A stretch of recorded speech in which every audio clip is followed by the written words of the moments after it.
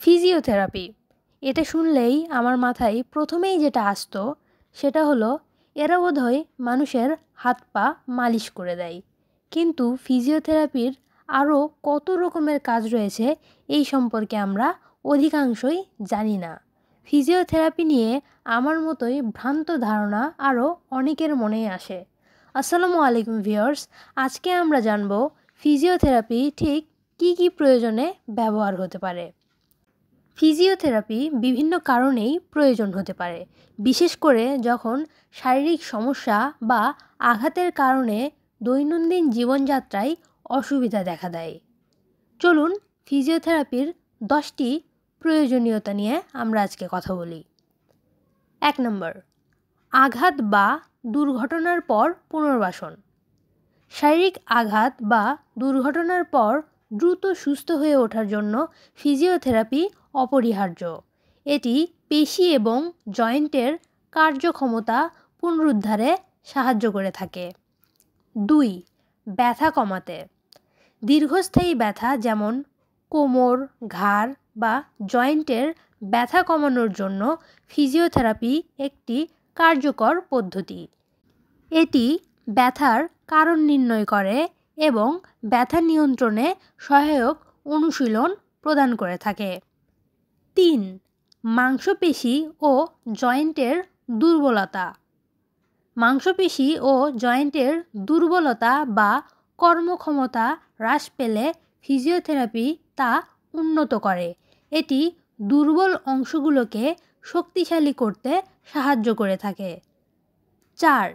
Neurological সমস্যায়।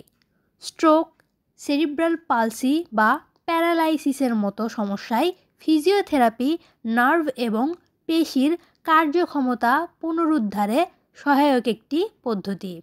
এটি রোগীদের চলাচল এবং দৈনন্দিন কাজের ক্ষমতা বাড়াতে সাহায্য করে থাকে। 5. শল্য চিকিৎসার পর পুনরুদ্ধার। কোনো সার্জারির পর ফিজিওথেরাপি প্রয়োজন হয় শারীরিক কার্যক্ষমতা পুনরুদ্ধারের জন্য। এটি জয়েন্ট বা পেশির কার্যক্ষমতা দ্রুত পুনরায় ফিরিয়ে আনে এবং সার্জারির পরে রোগীর চলাচল সহজ করে থাকে। 6. অস্টিওআর্থ্রাইটিস ও অন্যান্য জয়েন্ট সমস্যায়। আর্থ্রাইটিস বা অন্যান্য জয়েন্টের সমস্যায় যেমন হাঁটু বা কোমরের ব্যথা কমাতে ফিজিওথেরাপি অত্যন্ত কার্যকর। এটি জয়েন্টের মুভমেন্ট বা ফ্লেক্সিবিলিটি বাড়াতে সাহায্য করে থাকে। 7. বয়সজনিত সমস্যায়।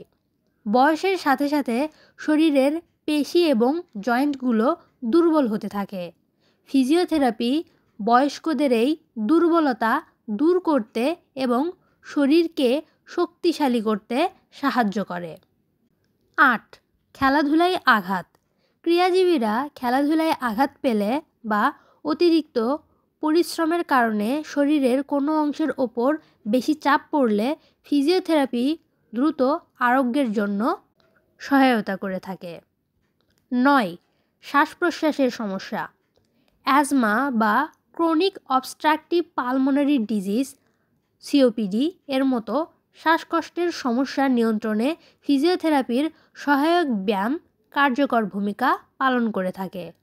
অঙ্গবিন্যাস সমস্যা।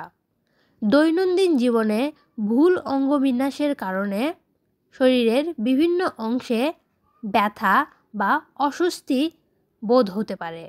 ফিজিওথেরাপি সঠিক অঙ্গবিন্যাস শেখানোর মাধ্যমে এ ধরনের সমস্যা দূর করে।